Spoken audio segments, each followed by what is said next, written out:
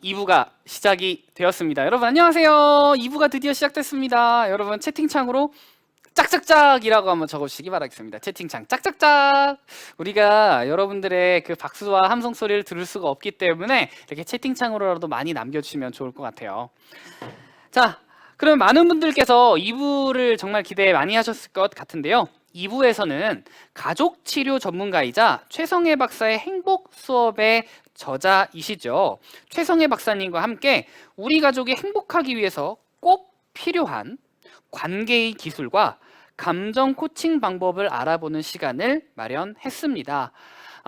여러분들이 아마 저랑도 이야기를 하면서도 아마 좀 공감을 많이 하시는 부분이 있을 텐데, 뭐냐면 사실 육아를 하다 보면은 좀 현실에 부딪힐 때가 정말 많잖아요. 그러다 보니까 아무래도 의견 차이가 생겨서 좀 싸우기도 하고 다투기도 하고 서로는 토라져 가지고 가끔씩 각방 쓰기도 하고 막 가끔씩 그러시잖아요. 그쵸?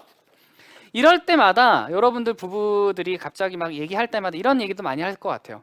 우리 부부는 도대체 왜 싸우는 걸까? 우리에게 뭐가 안 맞는 거지? 우리 왜 이랬지? 왜 이렇게 된 거지? 라고 하면서 굉장히 많이 고민을 하셨을 것 같아요. 그런 분들 또는 앞으로 육아를 하게 되실 분들이 이런 부분이 좀 궁금하다, 좀 두렵다, 또는 한번 알아보고 싶다라고 하셨던 분들은 지금부터 집중해 주시기 바라겠습니다. 자, 가족치료 전문가 최성애 박사님을 모셔보고 이야기 나눠보도록 할게요. 박수 치면서 모셔볼게요. 안녕하세요. 안녕하세요. 네, 안녕하세요. 만나서 네, 반갑습니다. 반갑습니다. 네, 간단하게 자기소개 한번 부탁드릴게요. 예, 저는 부부 상담과 함께 또 아동 심리 치료를 하는 최성애입니다. 네, 반갑습니다. 네. 오시는데 좀 힘드시지 않으셨어요? 아닙니다. 여기 참 좋으네요. 이 위에서 이렇게 아래 내려다보는 롯데월드도 좋고 참 좋습니다. 위에서 아래로 내려보는 풍경이 참 멋있는 곳이기도 하죠. 네, 진짜 그래요. 예. 네, 오늘 참 다양한 이야기를 해주시게 될 건데, 저는 네. 지금 20개월 차 아기를 키우고 있는 아빠로서 또 부모로서 지금 박사님의 좀 이야기가 너무너무 궁금하기도 하고, 그리고 한번 들어보고 싶다는 생각을 굉장히 많이 했어요. 네. 그래서 강의 중에 혹시라도 네. 뭐 저한테 질문하시거나 또는 시청자분들에게 질문한다는 생각으로 저에게 질문 많이 해주세요. 그럼 제가 네. 또 답변 많이 드리겠습니다. 그러겠습니다. 제가 좋은 시간 부탁드리겠습니다. 네, 감사합니다. 안녕하세요. 제가 그 유한 킴벌리를 정말 사랑하는 사람 중에 한 명인데요. 오늘 이 강의 전에 여러분들께서 이렇게 사전 질문 보내주신 걸 제가 하나하나 다 봤어요. 263개나 됐는데요. 정말 한 개 한 개가 다 너무나 절박하고 또 진짜 중요한 질문들이라서 다 대답을 해드리고 싶은데 그만한 시간이 되지 않아서 제가 이렇게 좀 뭉뚱그려 봤어요. 그랬더니 그 요약을 하자면 아이를 잘 키우고 싶은데 부부가 너무 다툰다. 그거 하나 하고 아이 키우는 거 너무 힘들다. 이 두 가지로 요약을 해볼 수가 있었습니다.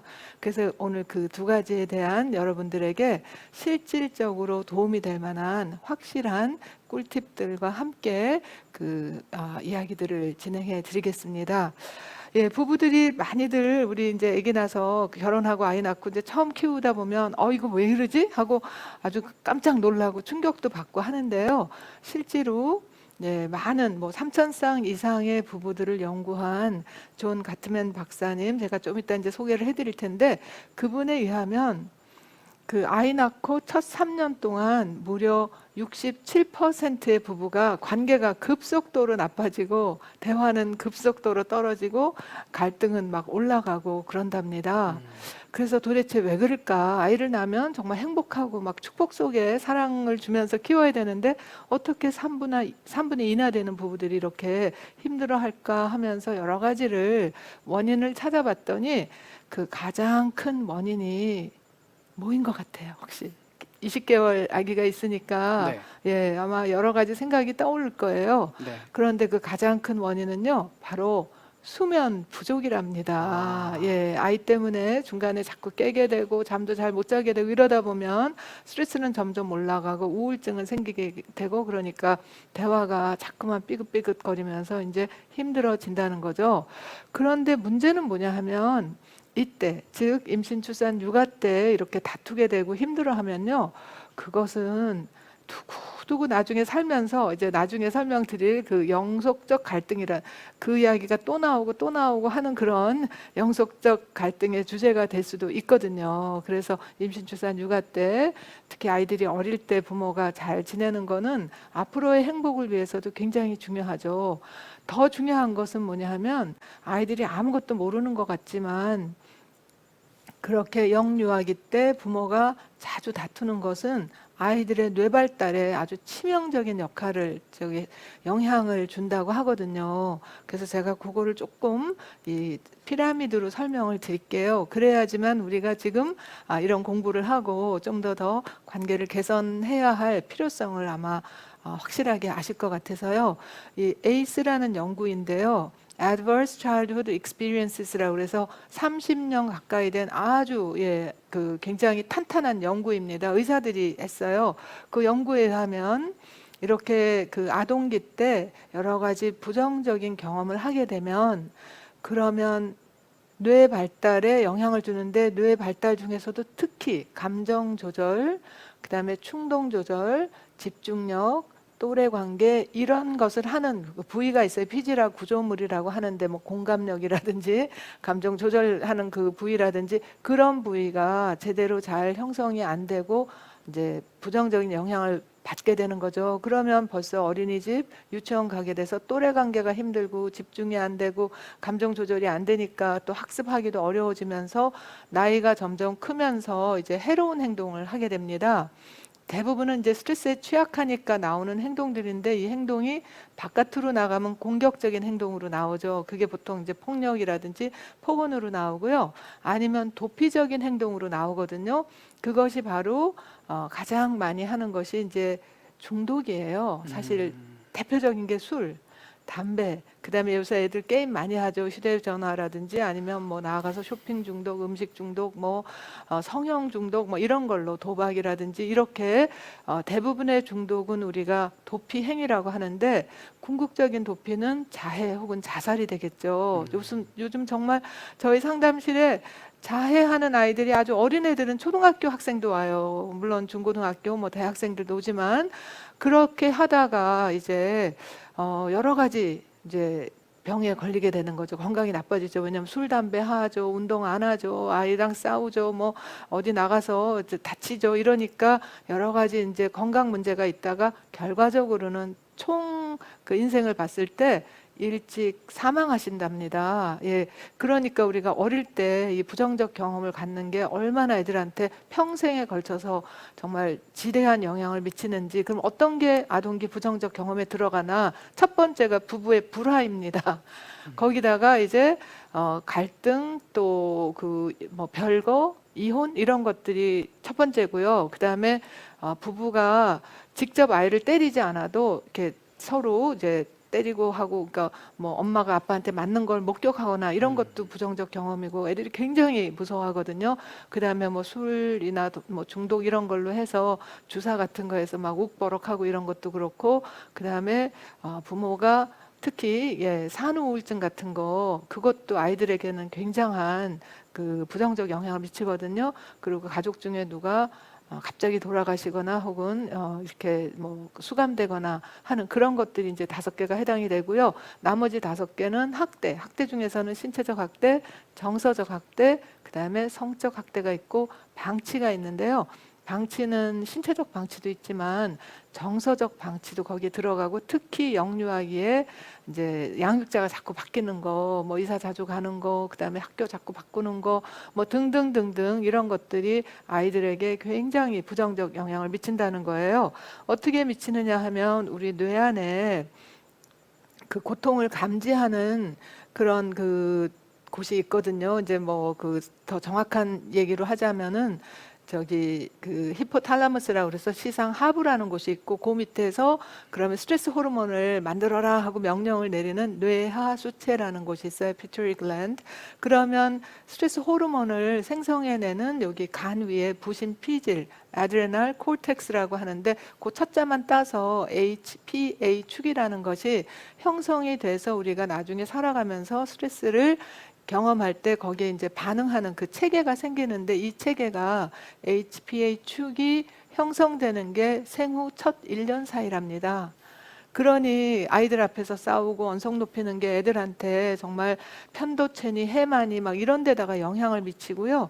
그렇게 되면 아이들이 크면서도 작은 스트레스에도 굉장히 취약해집니다. 그러니까 보통 아이들이 한 이 정도에서 스트레스를 느낀다면 이렇게 영유아기 때 부정적 경험을 많이 한 아이들은 요만한 스트레스에서도 아주 힘들어하죠.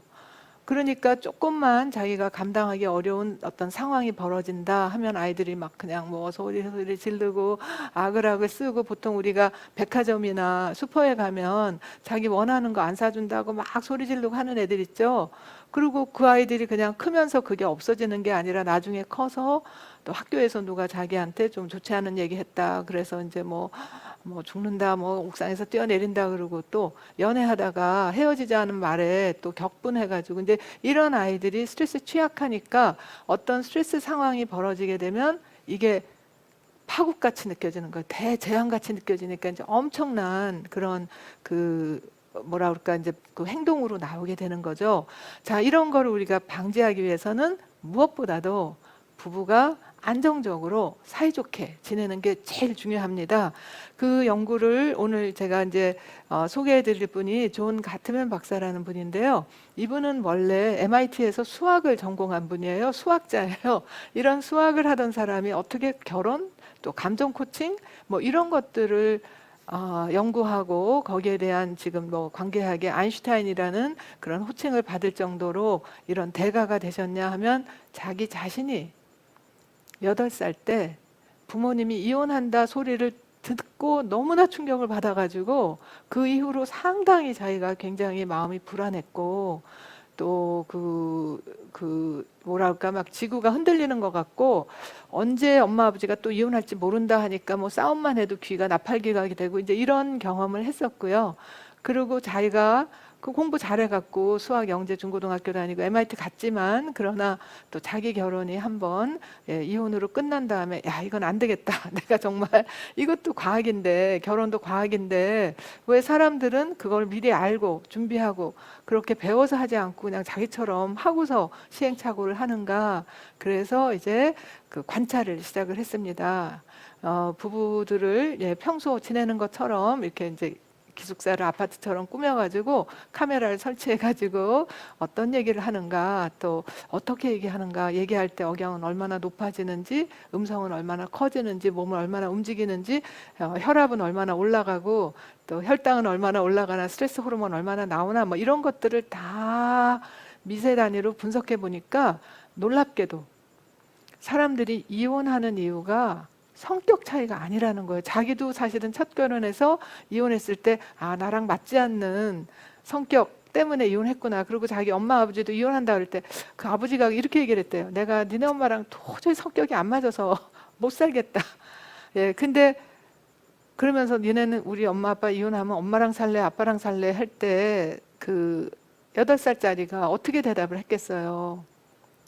산수라면, 수학이라면 막 풀어서 답을 드릴 텐데, 그래서 그때 자기 아버지한테 이렇게 얘기했대요.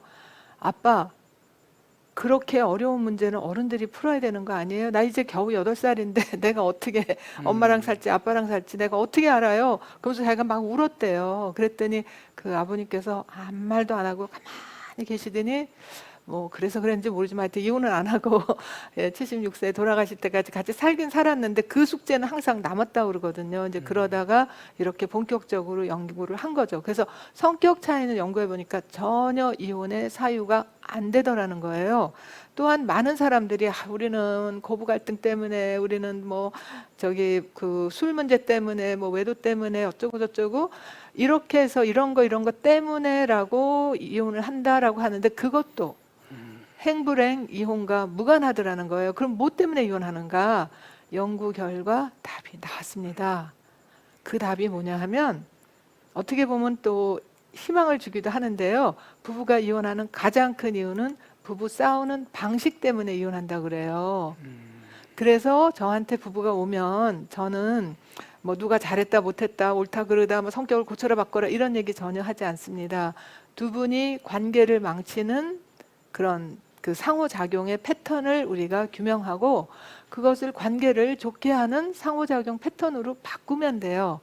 그래서 가장 먼저 제가 이제 하는 것이 이혼으로 가는 네 가지 독이라고도 하고 네 가지 지름길이라고 하는 그런 상호 방식을 먼저 알려드리겠습니다. 그래서 이혼으로 가는 길을 차단해야지 그 다음에 이제 행복으로 갈 수 있으니까 이것 역시 가트맨 박사님이 그렇게 많은 부부들을 관찰해가지고 서로 5년 뒤, 10년 뒤, 15년 뒤 이렇게 추적 연구를 하면서 이혼한 부부들을 보니까 공통적으로 이런 네 가지 방법 중에 어떤 거라도 많이 쓰게 되면 94% 이혼으로 끝나더라 이렇게 본 거예요. 첫 번째 방식이 바로 비난이라는 말투인데요. 어떤 것이 비난이냐 하면 당신은 너는으로 시작하는 게 일단 비난입니다. 당신은 도대체 어떻게 된 사람이 왜 거기다가 맨날 항상 언제나 절대로 결코 늘 이런 부사를 붙이면 나머지 내용은 들을 필요도 없이 당신은 문제가 있어 라는 말로 들린다는 거죠. 말하는 사람이 그런 의도가 없어도. 그러니까 공격을 당한 것 같거든요. 그러면 방어가 나오겠죠. 그 방어가 나오는 말투는 뭐냐면 그러는 너는 뭘 잘했는데 이게 네 탓이지 내 탓이냐 내가 뭘 잘못했다고 그래 이런 식으로 자기를 방어한다고 역공하거나 아니면 책임 회피하는 거 이것이 바로 방어인데 이것 역시 이혼으로 가는 지름길 네 가지 중에 하나입니다. 그 다음에 세 번째가 경멸이라는 건데 경멸이 가장 독이 강하고 세고 오래 가는 거예요. 어떤 게 경멸이냐 하면 상대 얘기하는데 어쭈 꼴에 주제 파악이나 해라 이런 막말을 하거나 아니면 이렇게 팔짱 끼고 눈을 굴리면서 피식 웃거나 아니면은 존댓말을 쓰면서도 그러면서도 경멸할 수 있는데 상대가 말하는데 듣고 있다가 당신 근데 그 문법 틀리셨어요. 학교 다닐 때 공부 못 하셨죠? 뭐 이런 식으로 자기 자신이 상대보다 지적으로나 뭐 인격적으로나 더 우월하고 상대를 자기보다 어린애나 하인 취급하는 것이 바로 경멸입니다. 이것은 너무 독이 강해서 경멸을 자주 받은 배우자는 4년 안에 감염성 질병이 걸릴 정도로 스트레스를 굉장히 높인다고 합니다. 자, 네 번째 독이 담쌓기라는 건데요. 담쌓기라는 건 아예 상대를 없는 사람 취급하는 거예요. 한 방에 있어도 말하는데 대꾸 안 하고 휴대전화나 컴퓨터만 본다든지 당연히 눈은 마주보지 않겠죠. 그리고 말하는데 휙 나가버린다든지 전화 중에 뚝 끊어버린다든지 뭐 별거하기, 각방 쓰기 이런 것들이 다 담쌓기라는 거예요. 근데 담쌓기는 주로 남자분들이 더 많이 하고 비난은 주로 여자분이 더 많이 한다고 합니다. 거기에 대해서는 제가 나중에 조금 더 설명을 드릴게요. 왜 담쌓기를 남자분들이 더 많이 하는가. 어쨌든 이런 비난, 방어, 경멸, 담쌓기에 대한 각각의 해독제가 있거든요. 오늘은 시간이 짧아서 그 해독제까지는 제가 말씀을 못 드리지만 아무튼 이런 방식은 딱 끊어야 되고 그럼 어떻게 해야지 우리가 행복도도 높이고 부부의 안정도도 높여서 이혼하지 않고 그 안에서 아이들을 사랑 속에 잘 키우는가. 이것을 가트맨 박사님은 관계 리모델링이라고 했어요. 집도 망가지면 우리가 리모델링 하듯이 관계도 우리가 리모델링 해가면서 살면 되는데 이건 어디서 착안했냐 하면 그 삼천쌍 중에서 관계 만족도가 매우 높고 즉 행복도가 높고 이혼 위기도가 전혀 없는 그 부부들은 뭐가 다른가 하고 보니까 이렇게 그 7층 집으로 보이는데 사실 이게 그렇게 복잡한 것 같지만 복잡하진 않아요. 밑에 1, 2, 3, 4가 바로 우호감 쌓기라는 거거든요. 우호감이 잘 쌓여야지만 그 위에 짙은 색으로 보이는 거 갈등이 있을 때 갈등을 부드럽게 예의 바르게 잘 관리할 수 있게 되고 그 위에 이제 꾸미루기와 함께 만드는 집이 지붕에 해당되는 거거든요. 그런데 여기서 이제 중요한 게 뭐냐 하면 갈등을 잘 하려면 긍정성이 부정성보다 싸울 때조차도 5배 이상은 있어야 된다는 거예요. 평소는 그보다 더 많고요. 그런데 긍정성이 갑자기 나오는 건 아니잖아요. 어떻게 나오느냐? 긍정성은 그 밑에 있는 서로 다가가는 대화라는 걸 자주 해야지 긍정성이 쌓이고 또 다가가는 대화를 하려면 서로 호감, 존중, 감사, 배려의 그 행동과 그 어떤 마음을 가져야지 되고 그러려면 그 밑에 있는 사랑의 지도라는 것이 잘 구축돼야 됩니다. 그래서 제가 그거를 짧게 설명을 드릴게요. 맨 아래 사랑의 지도라는 게 있죠. 그게 바로 관계의 기초이기도 한데요. 예를 들어서 제가 지금 10가지 질문을 해볼 테니까 혹시 메모지가 있으면 빨리 적어보세요. 자기 배우자에 대해서 우리가 얼만큼 알고 있는가, 사랑의 지도란 상대의 내면의 세계에 대해서 우리가 얼만큼 알고 있는가인데, 자, 첫 번째, 배우자의 가장 친한 친구 이름 2명 혹시 되실 수 있을까요? 예, 모르면 모름이라고 하시면 되고, 교회 아무개 집사님이라든지 이렇게 해도 괜찮습니다. 자, 배우자의 가장 친한 친구 이름 둘. 두 번째, 둘이서 처음 데이트했거나 만났던 날 배우자가 입었던 옷 무엇인지 혹시 기억나세요? 청바지인지 군복인지 아니면 자켓인지. 자, 세 번째, 배우자가 가장 좋아하는 음식은, 이것도 그냥 고기 이러지 마시고 닭날개 튀김 이렇게 구체적으로 하시면 돼요. 과일 대신에 키위라든지 딸기라든지 이렇게 하면 더 좋습니다. 자, 가장 좋아하는 음식. 자, 네 번째는 배우자가 가장 좋아하는 가수나 노래는. 네, 좋습니다. 그 다음에 다섯 번째는 좀 더 옛날로 가볼게요. 배우자가 어릴 때 가장 자랑스럽게 여겼던 것은, 공부를 잘했거나 그림을 잘 그렸거나 노래를 잘했거나 가장 자랑스럽게 여겼던 것은. 여섯 번째는 배우자가 반대로 어릴 때 가장 수치스럽게 여겼던 것은. 자, 일곱 번째입니다. 배우자가 요즘 가장 스트레스 받는 일은, 승진에 관한 건지 아니면 돈 문제인지 이사 가는 건지 내 집 마련인지 가장 스트레스 받는 거. 세 가지 남았습니다. 자, 배우자가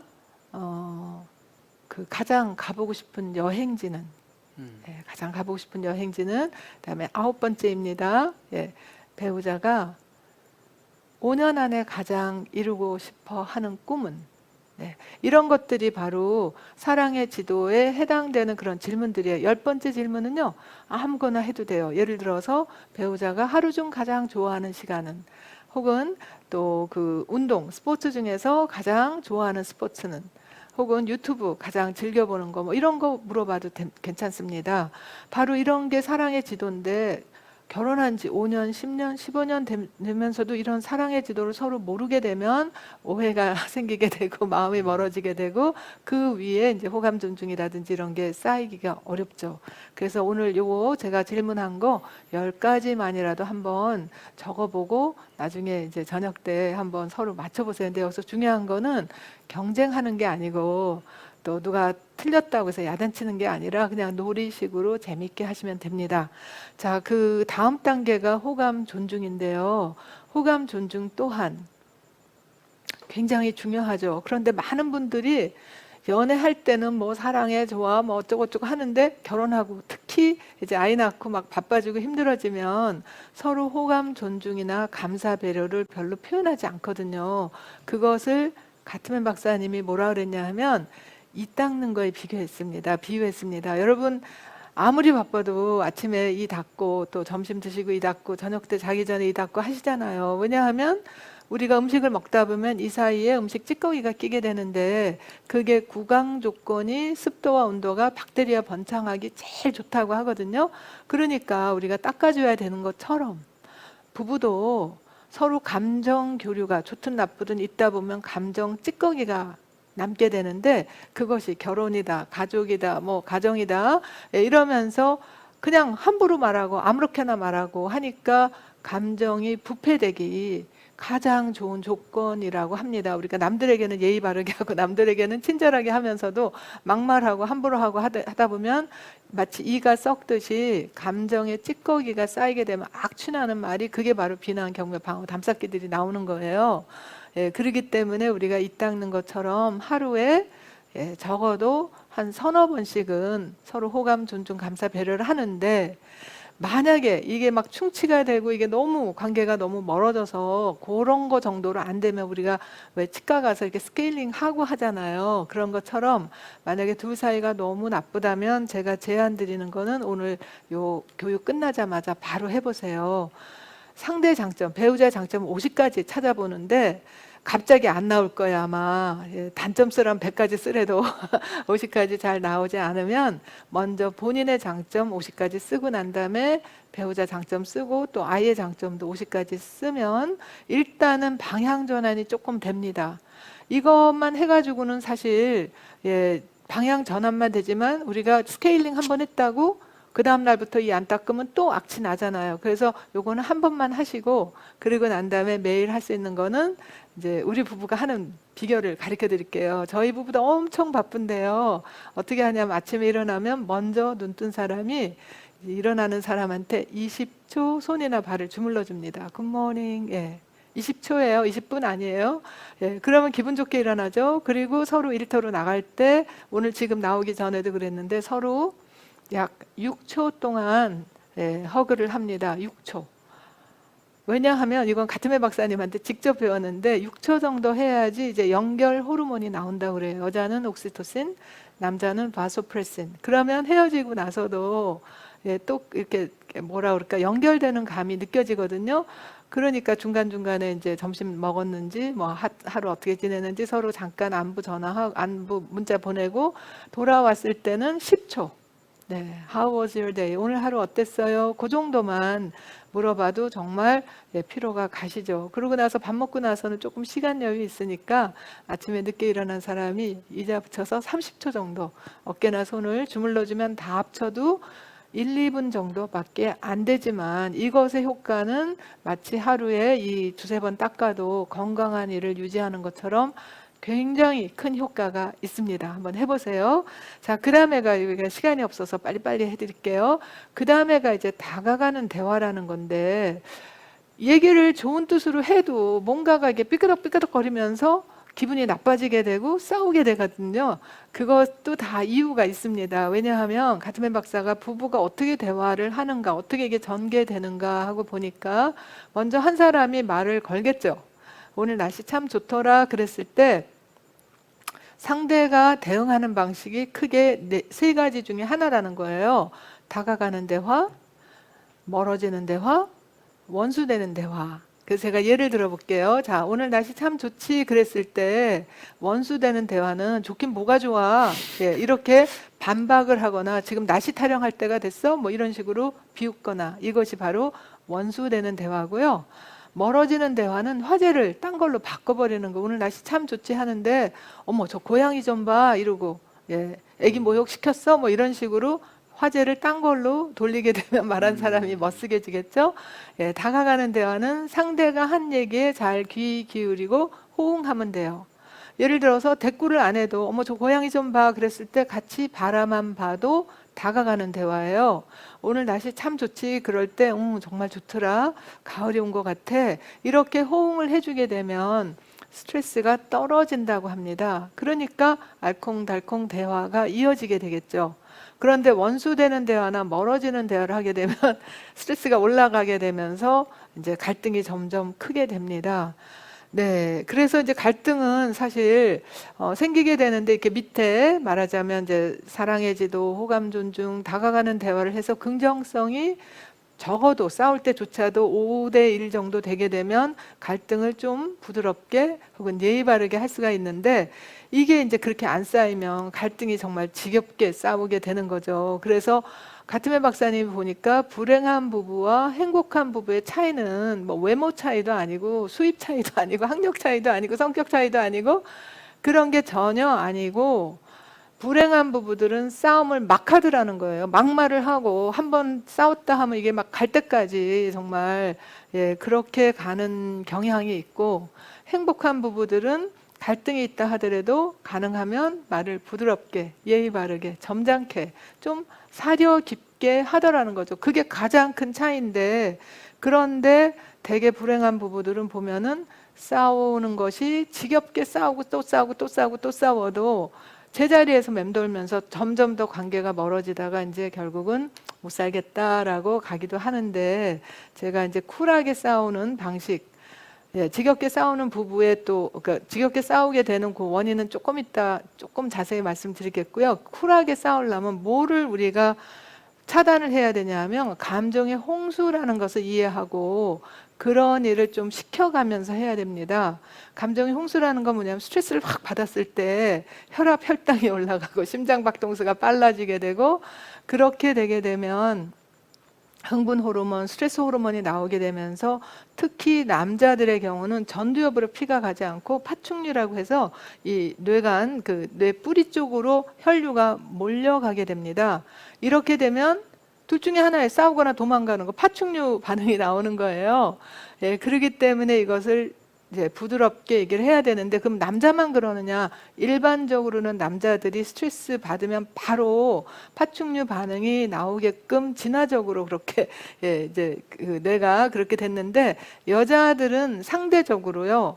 어떤 스트레스를 받아도 즉 남편이 한 말이 내가 심기가 거슬린다 해서 갑자기 심장 박동수가 빨리 올라가지 않는다 그래요.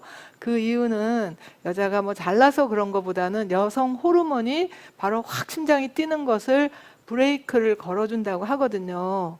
그런데 여자들도 남자처럼 똑같이 스트레스 받으면 확 치솟는 경우가 예외적으로 두 경우가 있다고 합니다. 첫 번째는 여성들이 이제 갱년기가 돼서 더 이상 여성 호르몬이 그 브레이크 역할을 못 해줄 때, 또 하나는 갱년기가 아닌데도 욱하면 이제 욱과 버럭을 참지 못하는 경우는 대개 아까 그 아동기 부정적 경험에서 치료되지 않은 그런 트라우마 후유증으로 그럴 수가 있어요.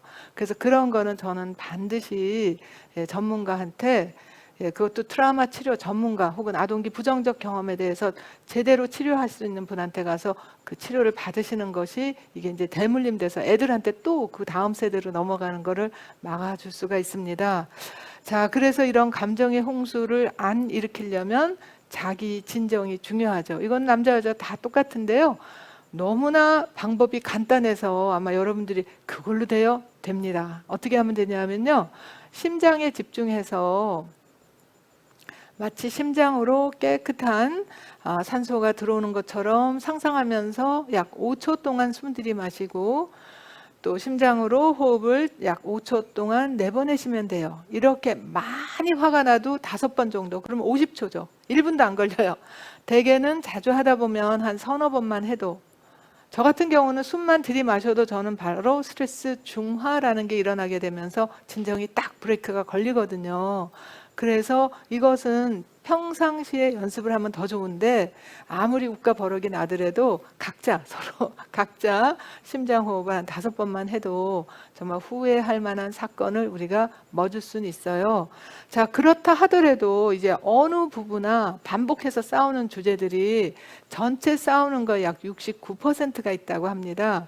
그 중에서도 또 어떤 주제들은 서로 맞물려서 한 채 양보가 안 되고 이 주제만 나오면 정말 둘 다 격해지고 둘 다 오해받는 기분이 들고 둘 다 정말 너무너무 화가 나고 슬퍼지고 멀어지고 하는 그런 주제들을 꽉 맞물린 문제라고 하거든요. 그리드럭 이슈라는 게 어느 부부나 있다는 거예요.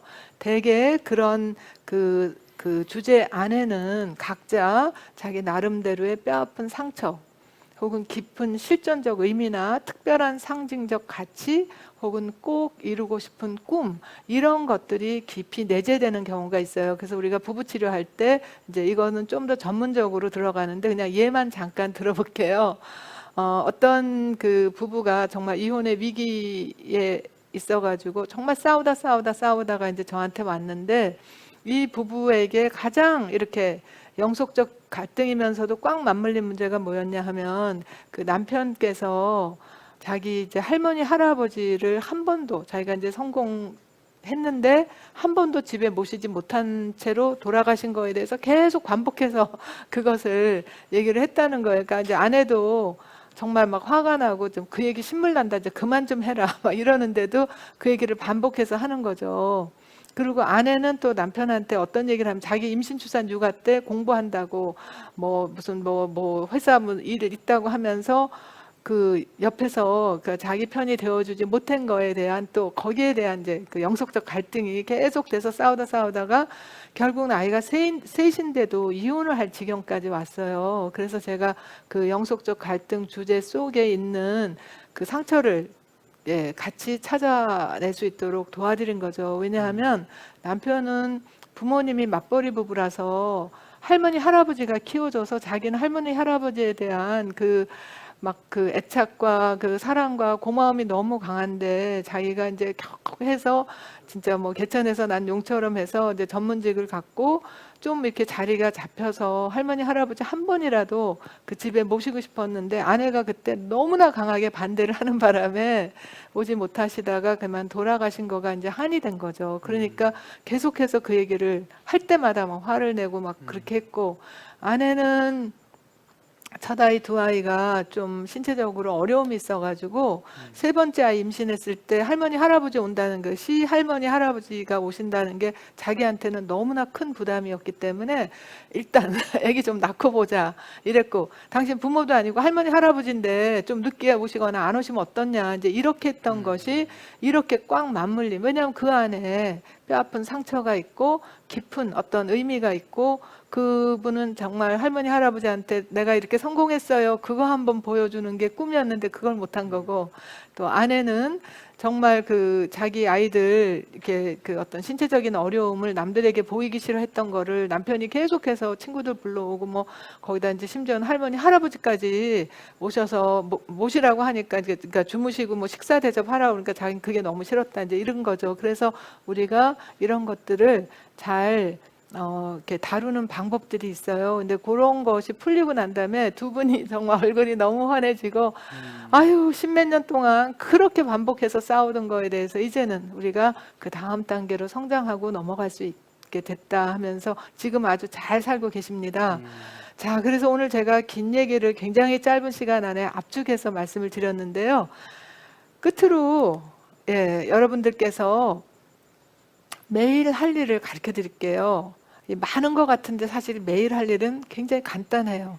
하루 3번 이 닦듯이 서로 호감, 존중 혹은 감사, 배려를 말하자예요. 우리가 느끼고 아는 것만 해서는 도움이 안 됩니다. 그것을 표현을 해야 돼요. 고마워. 그것도 또 구체적으로 오늘 아이랑 잘 놀아줘서 고마워. 오늘 회사에서 굉장히 바빴는데도 돌아와서 저녁 먹고 이렇게 설거지 해줘서 고마워. 쓰레기 갖다 버려줘서 고마워. 아니면 가족을 위해서 이렇게 애를 많이 써주는 거 너무너무 정말 내가 고맙다. 이런 얘기를 우리가 하루에 적어도 3번 정도만 해도 관계가 이렇게 망가지는 걸 우리가 막을 수가 있습니다. 그러면 점점 더 잘해주고 싶은 마음이 생기게 되는 거죠. 그래서 하루 3번 이 닦듯이 호감, 존중, 감사, 배려를 말하고요.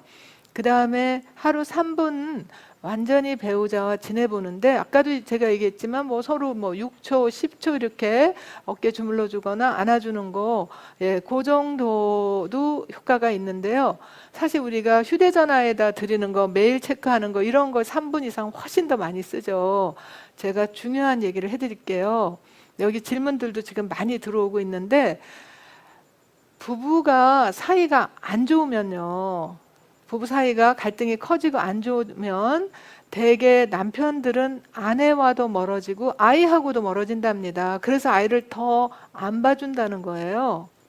그리고 부부가 사이가 나빠지면 아내 쪽은 남편한테 이제 화도 나고 막 그냥 속도 상하고 하니까 아이한테 더 집착을 하게 된답니다. 그러면 아이는 양쪽으로부터 스트레스를 받는 거예요. 아빠는 거리를 두고 엄마는 더 많이 간섭을 하고 더 많이 뭐 야단을 치고 이러니까, 그래서 우리가 아이들을 행복하게 건강하게 잘 키우기 위해서는 먼저 부부가 제가 오늘 말씀드린 몇 가지만이라도 기억하시고 실천하시게 되면, 그러면 아이는 그 안에서 안정적으로 행복하게 잘 클 수가 있죠. 질문이 많이 들어와서 제가 강의는 여기까지만 할게요. 네, 정말 말씀 잘 들어봤습니다. 여러분 어떠셨나요? 혹시 좀 재미있으셨나요?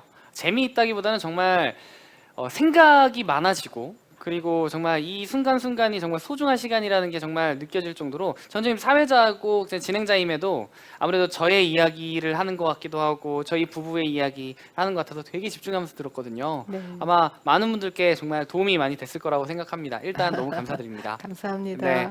자, 그럼 지금부터 시청자분들께서 그 사이에 여러 가지 많은 질문들을 해주셨습니다. 그래서 그 질문들이 지금 현재 저희 앞에 리스트가 쫙 있는데요.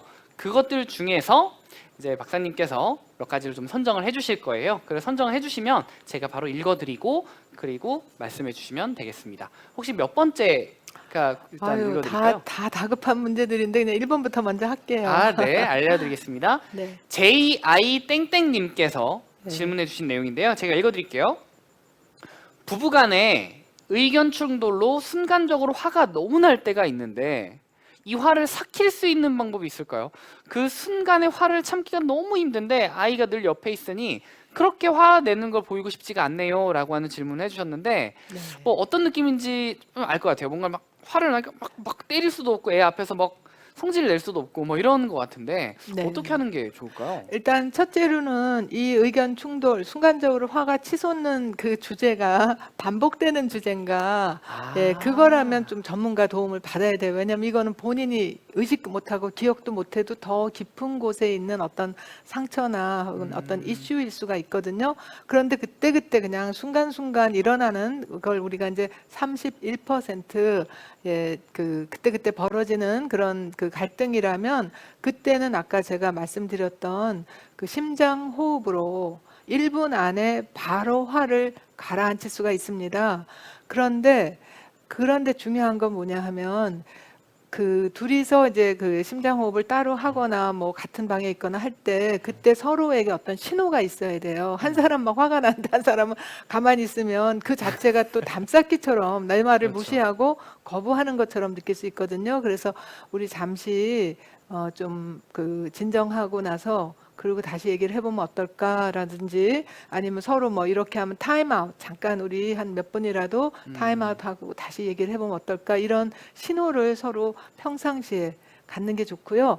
그 다음에 평상시에 긍정성이 많이 쌓이면 이렇게 순간적으로 화가 치솟는다 하더라도 그것이 폭발징형으로 가지 않습니다. 그래서 평상시에 긍정성 쌓는 거 뭐 5분씩 그러니까 6초, 10초 이런 정도라도 또 고마움 자주 표현하면 이런 일이 굉장히 사전에 방지가 되죠. 자, 2번 할까요? 네, 알겠습니다. 지금 댓글에 되게 네. 좀 여러 가지 좀 내용이 있었는데 막 네. 화가 나면은 하늘을 본대요. 그래서 뭐 그것도 이렇게 좋죠. 하신다는데 예. 하늘 보는 것도 좋고요. 네. 아니면 그 사람들마다 자기한테 미소가 짓게 하는 어떤 그런 사진이나 어떤 네. 상황, 장면 같은 게 있거든요. 네. 보통 휴대전화에다 그런 거 놓잖아요. 컴퓨터에다. 그거를 보면서 천천히 심장호흡하면서 그 미소를 지어도 금방 화가 중화가 됩니다. 이건 과학적으로 연구된 결과예요. 스트레스 중화가 됩니다. 그렇군요. 예, 한 30초에서 1분 사이에 중화됩니다. 결국에는 그 부부끼리 약속을 해놓는 것도 좋겠네요. 이거 굉장히 중요하죠. 네. 저기 평상시에. 평상시에. 예. 네, 평상시에 아무런 우리가 우리 이렇게 좀 자주 싸우니까 우리 네. 신호를 정하자. 뭐 타임이면 타임 아니면 그렇죠. 잠깐만 쉬었다 갈까? 라고 네. 하면서 얘기해 보는 게 제일 낫겠네요.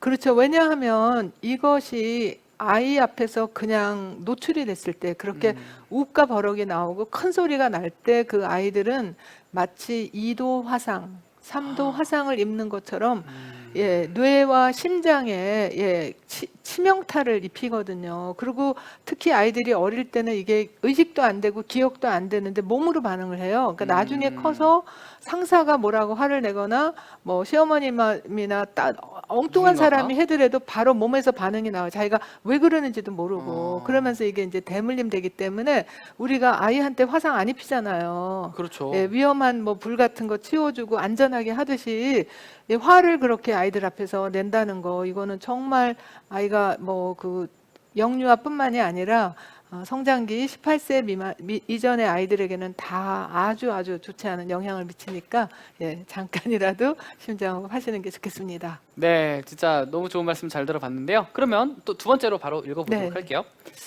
GM 땡땡님, 아기가 생기고 나서 본인에게 너무 잠깐만요. 본인에게 너무 소홀해졌다고 섭섭해하는 남편을 이해시키기 위해서 너무 힘들다. 어떻게 대화를 해야 될까요? 라고 하는데요. 네. 남편이 섭섭하다는데요. 섭섭할 수 있죠. 이것 역시 어릴 때 자기 부모와의 관계에서 안정적인 애착이 잘 형성되면 아이한테 당연히 사랑을 주게 되는데 본인이 이제 안정적인 애착이 잘 안 되는 경우에는 결혼하고 나서 아이가 태어나고 아내가 자기보다 아이를 더 챙겨주고 하는 거에 대해서 상당한 소외감과 섭섭함이 들 수 있습니다. 이거는 또 남편만이 아니라 아내들 중에서도 그런 분이 있거든요. 남편이 아이한테만 사랑을 보여주고 자기한테는 안 한다. 이런 것들이 사실은 더 어릴 때 각자 자랄 때 자기 부모와의 애착 그 유형에 따라서 이제 이런 일이 벌어지는데, 역시 여기서 제일 중요한 것은 사실은 남편하고 서로 소통하고 공감해서 정말 섭섭하지, 예, 어떻게 하면 우리가, 예, 당신이 아니라 내가 아니라 어떻게 하면 우리가 서로 사랑을, 유대감을 느끼면서도 또 아이한테 좀 더 사랑을 줄까, 예, 이렇게 하게 되면 남편도 참여를 할 수가 있게 돼요. 근데 남편 무시하면서 또 경멸까지 하면서 당신이 애야? 막 이러면서 막 경멸하면서 비난하면서 도대체 어떻게 된 사람이 내가 애한테 이렇게 하는 걸 가지고 그걸 질투를 하냐 막 이러면서 비난하고 경멸하게 되면 남편이, 예, 마음이 상하게 되고, 그러면 아내에게도 거리를 두지만 아이에게도 거리를 두니까 아이에게는 정말, 예, 이중으로 손해가 되는 거죠. 그래서 네. 먼저 남편과, 예, 서로 이런 거에 대해서 다가가는 대화로 특히 남편의 감정을 잘 수용하고, 예, 공감해 주는 게 필요합니다. 네, 결국에는 남편의 감정을 좀 이해해주고 그렇죠. 좀 받아주고, 받아주기도 하고 그 사람은 왜 이렇게 될 수밖에 없었을까라고 하면서 좀 공감해주는 그런 것 좀 필요하겠다라는 말씀이시죠. 네. 네, 너무 말씀 잘 들어봤고요. 자, 그러면 이제 세 번째 질문인데요. DA 땡땡님이고요.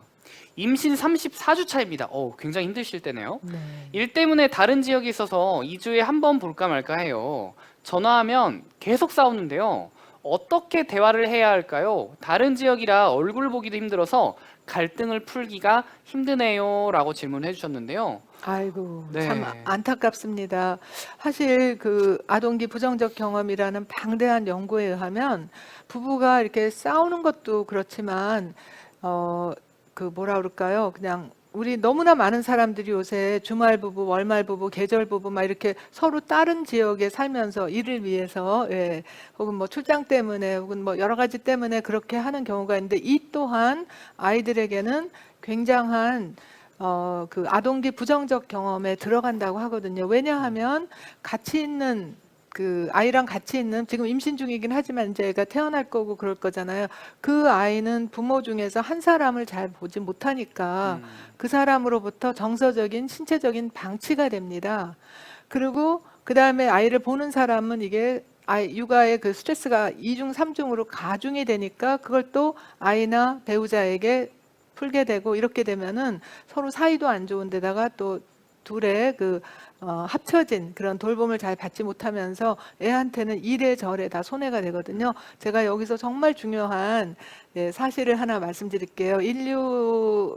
문화인류 학자들의 연구에 의하면 아이가 자라는데, 특히 이제 아동기 때, 영유아기 아동기 때 아이가 한 명이 자라는데 얘한테 필요한 신체적인, 정신적인, 정서적인, 사회적인 그런 그 돌봄을 받으려면 최소한 어른이 4명은 있어야 된답니다. 한 아이 하나에 4명. 자, 그런데 지금 핵가족이 됐으니까 반으로 줄었죠. 그 중에서 혼자 외벌이를 해도 그래도 아이가 받는 건 4분의 1밖에 안 돼요. 그런데 둘 다 또, 예, 직장 갔고 또 늦게 들어오고 하면은 아이들이 그냥 쉽게 말해서 우리가 이런 젖병에 이게 뭐 써도 되는지 모르겠는데요. 네, 하여튼, 써도 됩니다. 예, 써서. 우리가 이제 아이가 하루 필요한 우유량이 만약에 240ml라고 한다면 이 정도 먹여야지 애들이 정상적으로 클 거 아니에요. 그런데 그것을 반도 아니고 4분의 1도 아니고 막 16분의 1로 줄인다면 애가 제대로 크겠어요. 그렇죠. 그러니까 이게 신체적인 영양만이 아니라 정서적인 그런 그 충족을 우리가 못 해줄 때 애들은 정서적인 빈곤감을 느낍니다. 이제 이런 아이들이 나중에 커서 여러 가지 중독에 빠지죠. 그런 빈곤, 허기를 딴 걸로 막 채우는데, 그렇게 채우는 것 중에 술도 있고 담배도 있고 뭐 여러 가지 얘기했잖아요. 관계 중독이라는 것도 있어요. 관계 속에서 그걸 채우려고 할 때 정말 가족도 힘들고 개인적으로 사회적으로도 많이 어렵게 되죠. 그래서 좀 더 저는 이렇게 제안을 드리고 싶어요.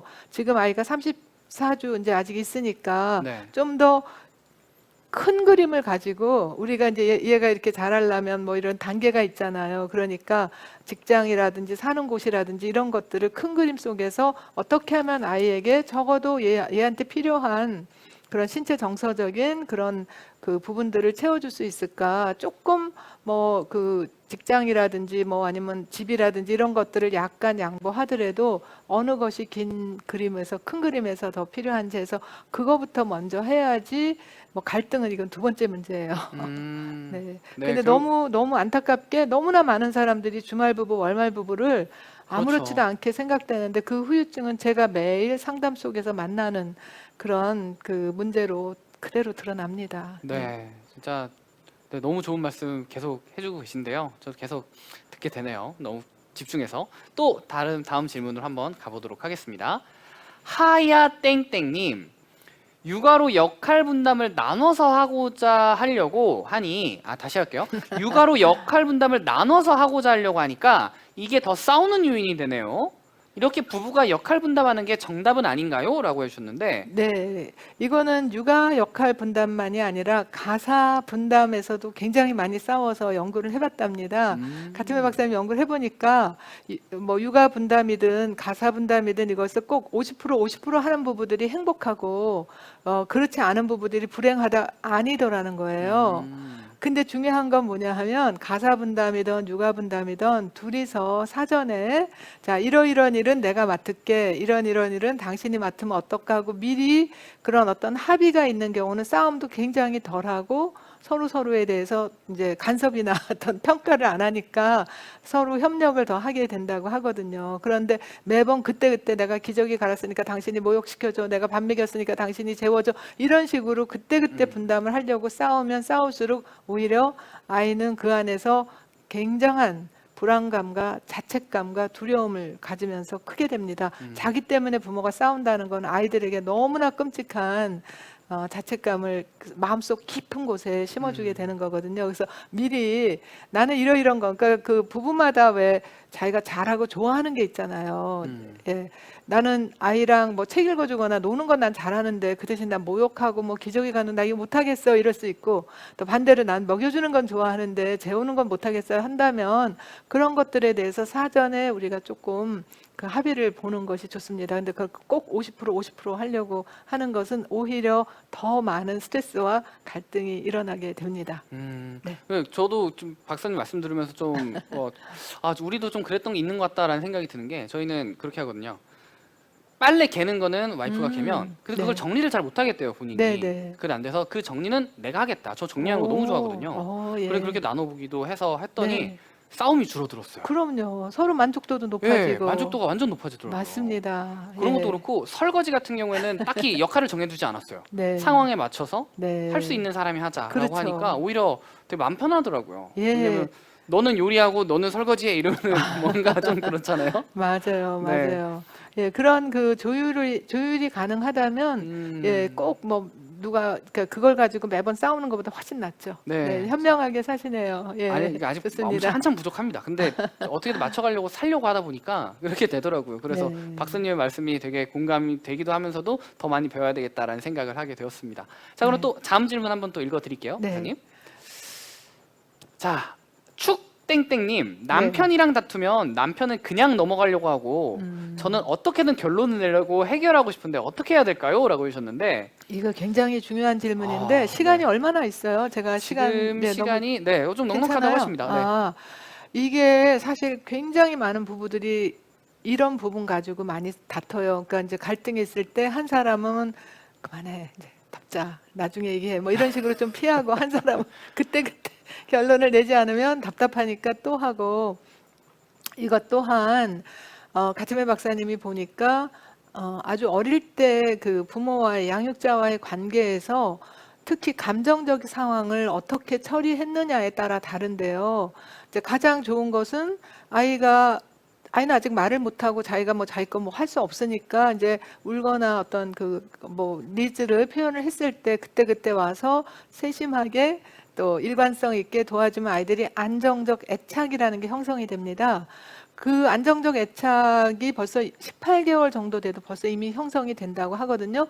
이런 아이들은 어떻게 나타나냐면 엄마가 같이 있다가 잠깐 다른 사람한테 아이를 맡기고 조금 있다 올게 했을 때 얘네들이 18개월은 당연히 싫어하고 불안해하죠. 하지만 얘네들은 다른 사람의 돌봄을 받아들이고 잘 놀다가 엄마가 오면 엄마 하고 가서 안기면서 딱 끝나는 아이들이에요.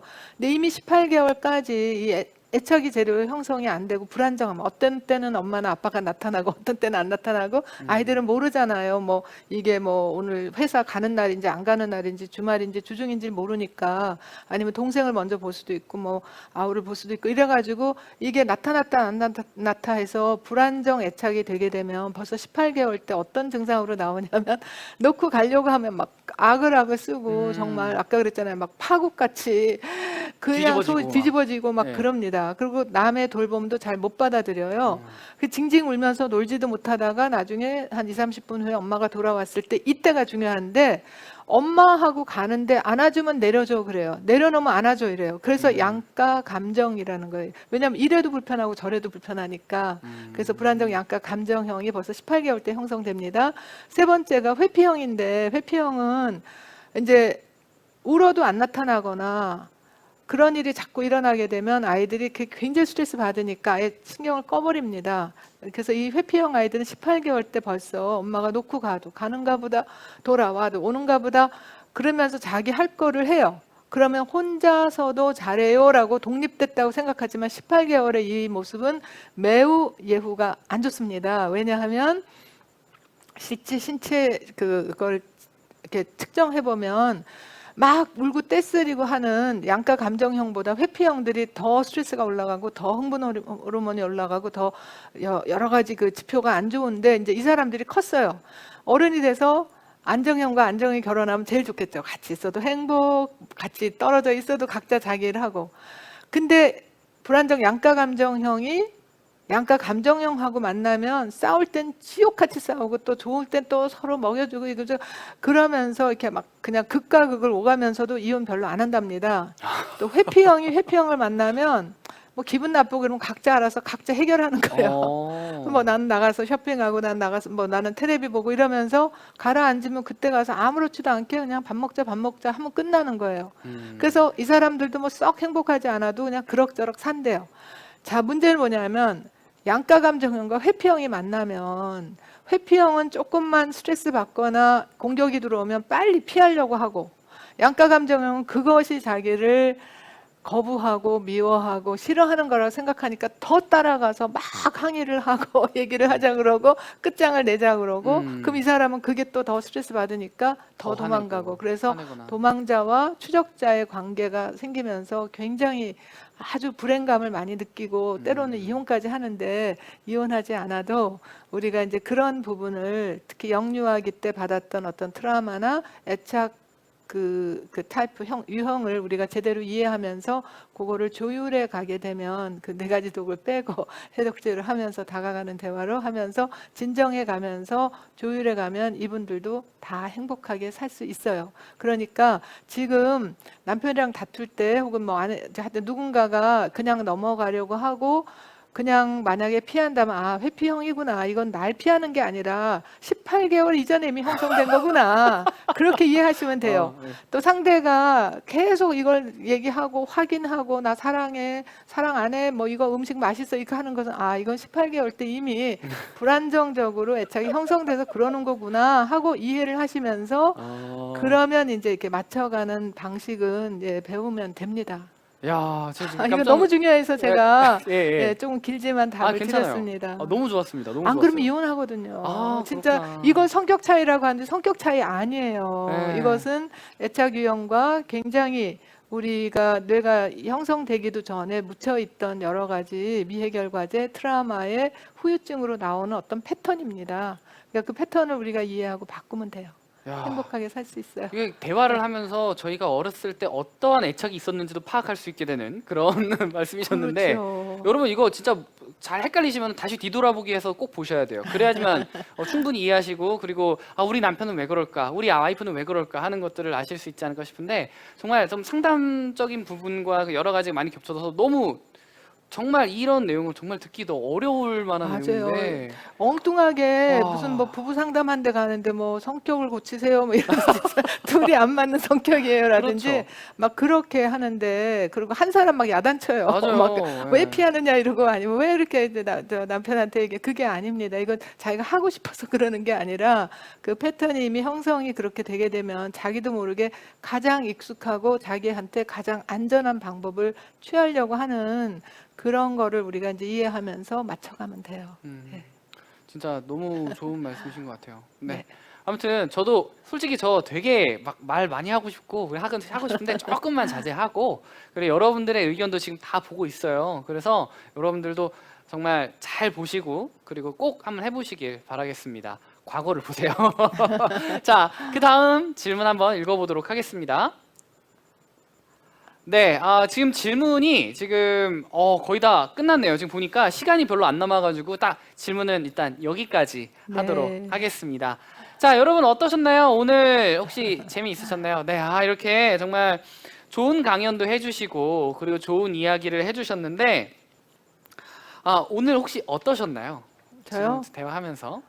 저는 이렇게 MC 분께서 네. 정말 본인의 어떤 그 체험을 바탕으로 해서 이렇게 진짜 질문을 해주시니까 저도 네. 답하기가 참 좋았고요. 진짜요? 편안하게 네. 해주셔서 정말 감사합니다. 네, 그러면은 이걸 보고 계시는 시청자분들께도 한마디 부탁드릴게요. 네, 여러분들께서 그 바쁘고 피곤하고 잠도 못 주무신 그런 상황에서 이렇게 이 강의를 들어주신 거에 대해서 너무 감사하고요. 또 그만큼 조금이라도 도움이 되었다면 정말 저도 기쁘겠습니다. 감사합니다. 네, 이렇게 좋은 강연 다시 한번 감사드리고요. 이렇게 박수 치면서 마무리하도록 하겠습니다. 감사합니다. 감사합니다. 네. 수고하셨어요.